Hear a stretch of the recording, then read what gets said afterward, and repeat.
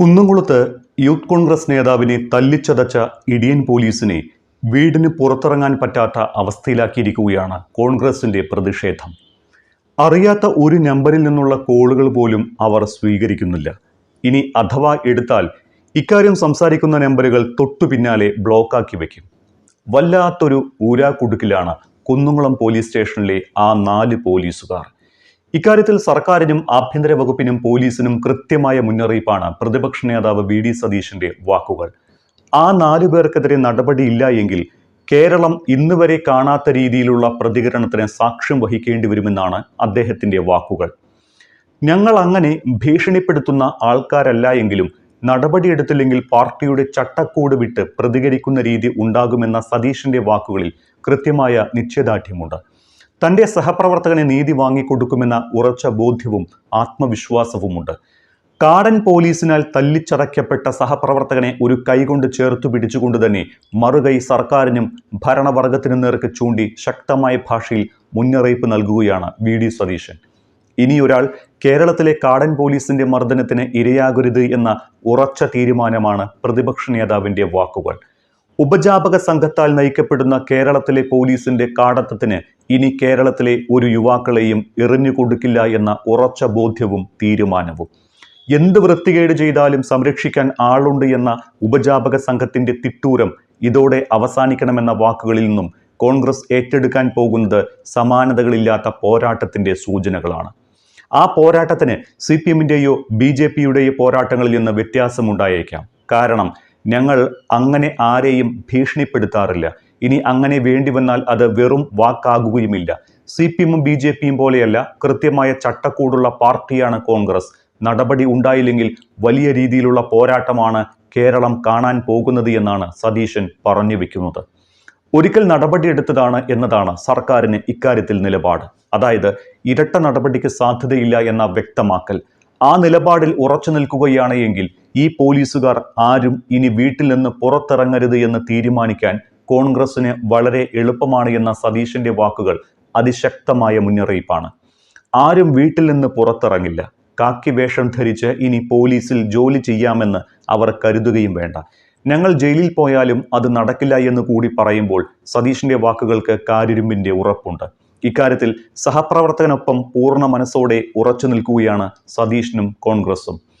വർഗീസ് ചൊവ്വന്നൂർ എന്ന Congress Kunnamkulam block vice പ്രസിഡന്റാണ് സുജിത്തിന്റെ നിയമ പോരാട്ടം മുന്നിൽ നിന്ന് നയിച്ചത്.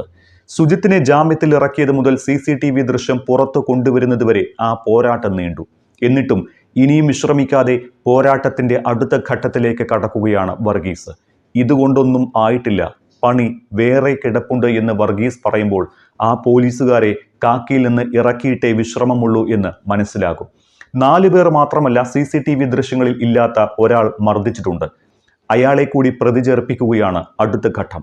ദൃശ്യങ്ങളിൽ ഇല്ലാത്ത ആളെ പ്രതി ചേർക്കണം. കുറ്റകൃത്യത്തിനനുസരിച്ചുള്ള പുതിയ വകുപ്പുകൾ ചേർക്കണം. പ്രതികൾക്ക് അർഹമായ ശിക്ഷ വാങ്ങി നൽകണം.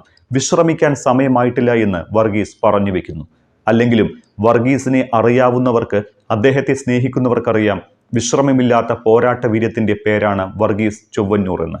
2023 ഏപ്രിൽ 5 രാത്രിയാണ് സുജിത്തിന് പോലീസിന്റെ ക്രൂര മർദ്ദനമേൽക്കുന്നത്. അതിനുശേഷം കള്ളക്കേസിലകപ്പെട്ട സുജിത്തിനെ ജാമ്യത്തിൽ ഇറക്കിയത് വർഗീസ് ആയിരുന്നു.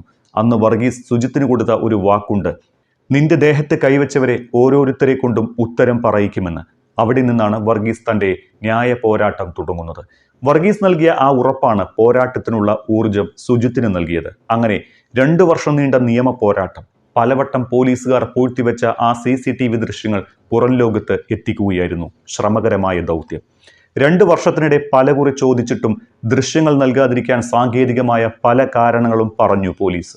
ഒടുവിൽ ഗത്യന്തരമില്ലാതെ ദൃശ്യങ്ങൾ വിട്ടു നൽകി. വർഗീസ് നടത്തിയ വിശ്രമമില്ലാത്ത ആ പോരാട്ടത്തിന്റെ ഫലം തന്നെയാണ് ഈ കാടത്തത്തിന്റെ രൂക്ഷത പുറം ലോകത്തിന് കാണിച്ചു കൊടുത്തത്.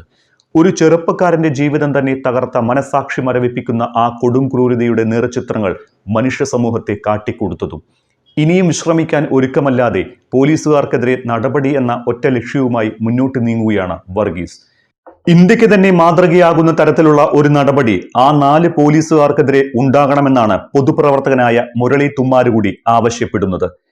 ഇനി ഒരാളെ മർദ്ദിക്കാൻ ഒരു പോലീസുകാരനും തോന്നാത്ത തരത്തിലുള്ള നടപടിയാണ് ആ പോലീസുകാർക്കെതിരെ വേണ്ടത്. കസ്റ്റഡി മർദ്ദനത്തിന്റെ ഭീകരത സ്വന്തം ശരീരം കൊണ്ട് അനുഭവിച്ച ആഭ്യന്തരമന്ത്രിക്ക് കീഴിൽ തന്നെ ഇത്തരം കൊടും കുറ്റവാളികളായ പോലീസുകാർ തുടർന്നാൽ പിന്നെ എവിടെ നിന്നാണ് ഇരകൾക്ക് നീതി കിട്ടുക എന്നതാണ് ചോദ്യം.